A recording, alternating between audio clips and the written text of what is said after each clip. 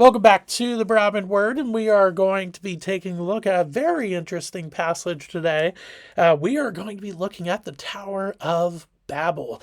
We are going to go all the way back to Genesis chapter 11, so turn with me there. We're going to look at verses 1 through 9. We are really going to see how God responds to pride, because, well, the folks at the Tower of Babel no longer wanted to be seen as creation, they wanted to be seen as creator. And, well, God had some thoughts on that. So we'll dive into that today. So, as you make your way to Genesis chapter 11, verses 1 through 9, a little bit of context though. This is in between Noah and Abraham. So, in Genesis chapter 9, you have the flood being done. You have God saying up the promise to Noah, or the Noahic covenant, where God promises not to flood the whole earth again. And then you have some genealogies, which is fun for me. But it's not the greatest thing for everybody. But you have some genealogies at the end of Genesis chapter 9, all of Genesis chapter 10, and then even after this section in Genesis chapter 11, which then leads into the life of Abraham, or Abram as he starts, which goes to the Abrahamic covenant, which is set up between God and Abraham, which is based on the fact that Abraham is saved by faith. And what a beautiful thing that is. And so we will look at the Tower of Babel today because it's in the between those two covenants, which I think is interesting, and it almost sets up the Abrahamic covenant as well. So we'll take a look at that today. So Genesis chapter 11, let's dive into verse 1. Now the whole earth had one language and the same words. And as people migrated from the east, they found a plain in the land of Shinar and settled there. And they said to one another, "Come, let us make bricks and burn them thoroughly." And they had brick for stone and bitumen for mortar. Now, on the surface, yeah, looks pretty good, right? So you have a group of people that are united in the fact that they have a same language and they're traveling to a specific location together. And then they start building together, and there's creativity. They had brick for stone and bitumen for mortar. They are hardworking. So on the surface, everything looks good in verses 1 through 3. But the idea of that turning into the Tower of Babel starts to change in verse 4. That's where it really starts to change. So let's look at verse 4. Then they said, "Come, let us build ourselves a city and a tower with its top in the heavens, and let us make a name for ourselves, lest we be dispersed over the face of the whole earth." So this is where it changes. So the idea of creating is not bad unless you have the wrong motives in your heart and mind. And that is definitely what the folks at Babel did. But what exactly did they do wrong? Well, first, there's definitely pride going very much into play. And that is really seen in the fact that they no longer want to be deemed as the creation. They want to be deemed as creator. They want to build something so massive that if you look at it, you know exactly who built it, and you'll go, "Oh, wow, they are incredible. Like, they are the best. I want to spend time with them. I want to look up to them. I want to, in a way, worship them for this thing that they have built." And that is pride for sure. And they want to be seen as the creator. And so they want to build this big thing that goes into the heavens. But what does that mean exactly when it says go into the heavens? There's a couple thoughts about this. So you have one idea where it is actually going all the way to the home of God, or heaven itself. Is it possible? Maybe. But I don't think so. I don't think that's what we're meant to think about. The other idea is where the stars are. So it's meant to go into space itself. And then finally, another idea is heavens, going back all the way to Genesis chapter 1, are talking about the atmosphere or sky. My guess, it's probably it's either the second one with space or it is the third one with just the sky. But even if it's not the actual heaven, the idea of making something into the heavens, or with its top in the heavens, is still a very grand feat and would definitely catch your eye for sure. And so that is the idea.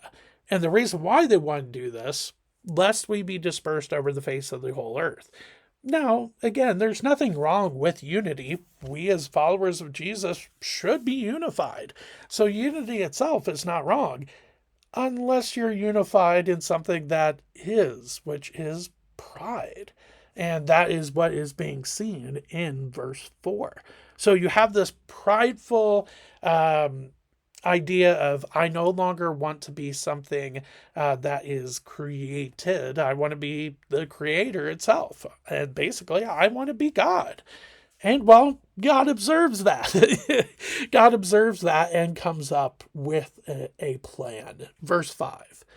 And the Lord came down to see the city and the tower which the children of man had built. And the Lord said, Behold, they are one people, and they have all one language. And this is only the beginning of what they will do. And nothing that they propose to do will now be impossible for them. Come, let us go down and there confuse their language, so that they may not understand one another's speech. Now, this idea that God has come up with, let's talk about this a little bit. In verse 6, when he says, and nothing that they propose to do will now be impossible for them. Does that mean that we could literally do impossible things like fly, have laser eyes, become superheroes?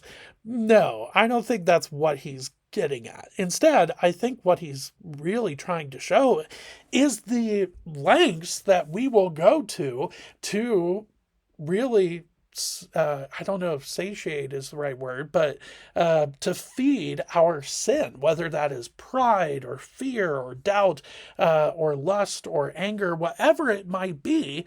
Sadly, we'll just keep giving into it. We'll just keep feeding it and feeding it and feeding it because we have a sinful nature. And God knows that. And God is certainly setting up his ultimate plan of salvation through Jesus. We're going towards that. But here he wants to really continue to set that plan up by trying to keep people from getting more and more deep into their sin. I think that's exactly what is going on here. He does not want this group of people here at Babel to continue to feed their pride. And so he steps in and confuses their language, which, well, let's read that action first. Verse 8. So the Lord dispersed them from there over the face of all the earth, and they left off building the city. Therefore its name was called Babel, because there the Lord confused the language of all the earth. And from there the Lord dispersed them over the face of all the earth. So you have this action of confusing the languages of the people at Babel. And can you imagine all of a sudden, I mean, it must have caused a crazy amount of chaos, which of course meant the project was not done. I'm sure you've had an opportunity in school where you're supposed to work on a class project and there's a breakdown of communication, and that either makes the project go in a totally different way or not get done. And so here it's kind of the same case. But can you imagine that moment happening? You understand everybody around you, and then a blink of an eye, you can't understand anybody around you. I mean, that must have been so bizarre. That must have been so weird in that moment. But it definitely served its purpose. It made them disperse in the earth. And I think that is one of the one of the underlying purposes of the Tower of Babel. Yes, it was to stop their pride, but I think it was also to disperse them across the earth, because God's covenant with Adam and with Noah wasn't to stay in one place, but it was to multiply throughout the earth. And so to get to that place, you have to go to the out throughout the earth. And sadly, they did not at the Tower of Babel. And so God confused them, which helped to disperse them over the face of all the earth, as the end of verse 9 says. And so that is, I think, really, really interesting. Not just how God responds to pride, and how God disciplining us when we sin is actually helping us to not sin more. That's a great way to see it.